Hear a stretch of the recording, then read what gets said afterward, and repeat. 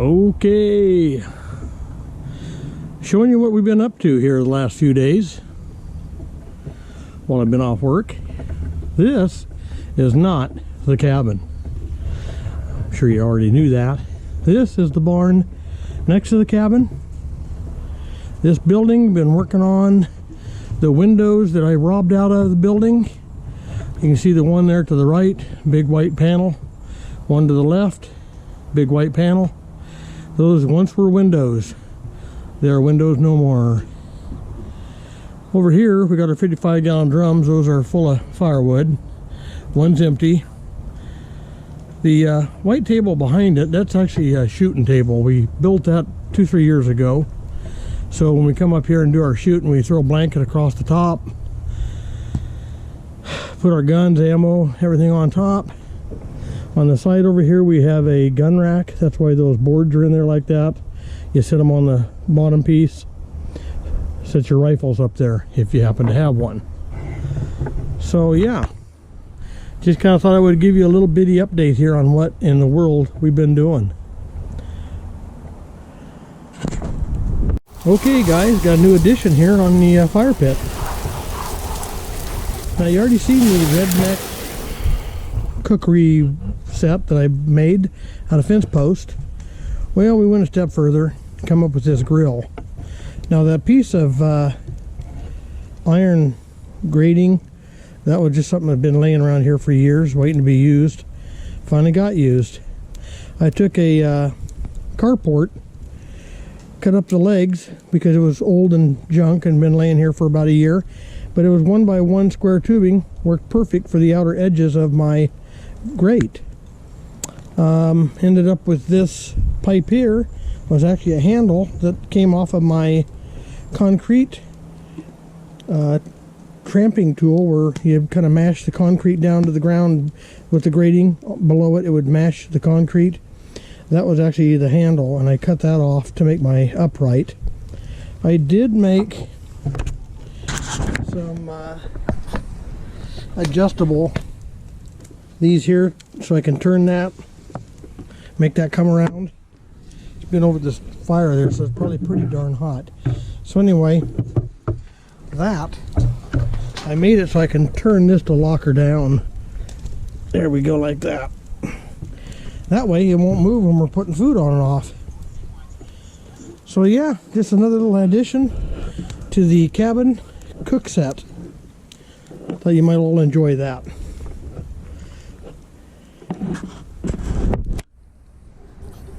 Oh boy, we got steak on the Barbie. Well, maybe not on the Barbie, but what do you think, huh? 100% pure beef right there. Oh yeah. Don't want to melt my camera.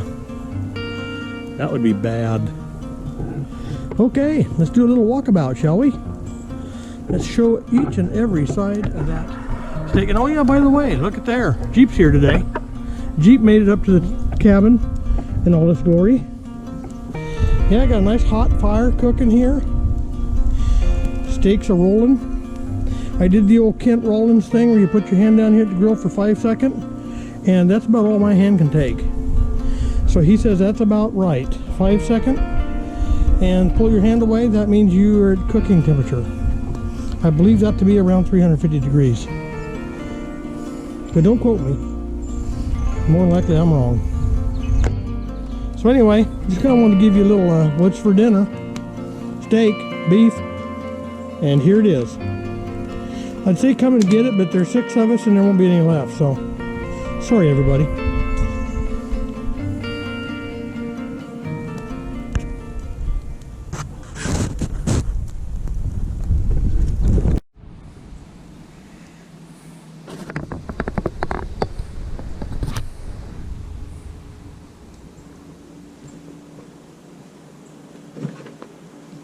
Well, howdy. Hey, guess what? The cabin's not done. Didn't fool you, did I? But here, on the side of my old barn, as I got this windows and moldings all kind of put together, me and the grandkids been talking, we need an outdoor kitchen. So we thought this would be a good spot. Come out here away from the building about 5-6 feet. Put us a long counter in here. I think I have a barrel stove that I've made. Been wanting to show you guys that. Something I made probably 5, 6, 7 years ago. I think I'm gonna put the barrel stove in here for a way to cook. It will be undercover. In the wintertime we want to cook outdoors and there's going to be something stinky. We can do that. So yeah, out here just kind of cleaning up, scraping away, getting her prepped. It's starting to get hot out here. We got a 75-degree day today. Have been digging. A lot of the stuff we've been digging was soft, but it's not going to be soft very long. It's going to get hard on it. The ground is set up like concrete out here because there's so much clay in the soil. Very, very clayey soil here. So, but yeah, I think I got some railroad ties. I'm gonna put them down for a base. May put a couple in for a post. And if I have one of my old 2x12 floor beams out of my brother's old garage, I'm thinking about using that for my main header here. And some 2x6s for stringers. Shouldn't take much. Put an old tin roof on her. If it leaks, so be it. But just another project in the works, guys, because with all this time off, lots of free time, trying to take advantage of that and the weather. So that's what we're doing.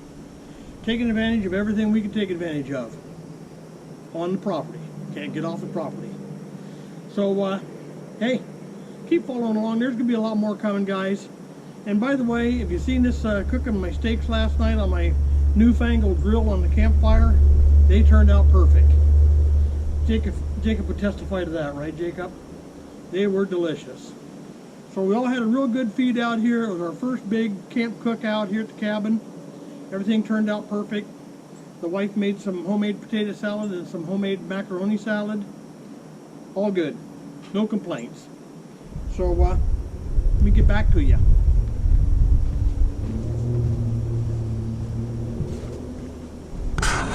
I know, you probably get tired of the whole window thing. I get it. I get tired working on them. But hey, I got a screen on today. Check it out. It's one of those sliding windows, goes in the bottom of your upstairs window upstairs when it's all hot and you got to have some air in. Well, danged if it didn't fit. I found one. I need one more. Anybody? Anybody? It'd just be handy if I could find another one, because boy, it just fit miraculously. Yeah, I thought I'd just throw that in there. We're back up and we're live.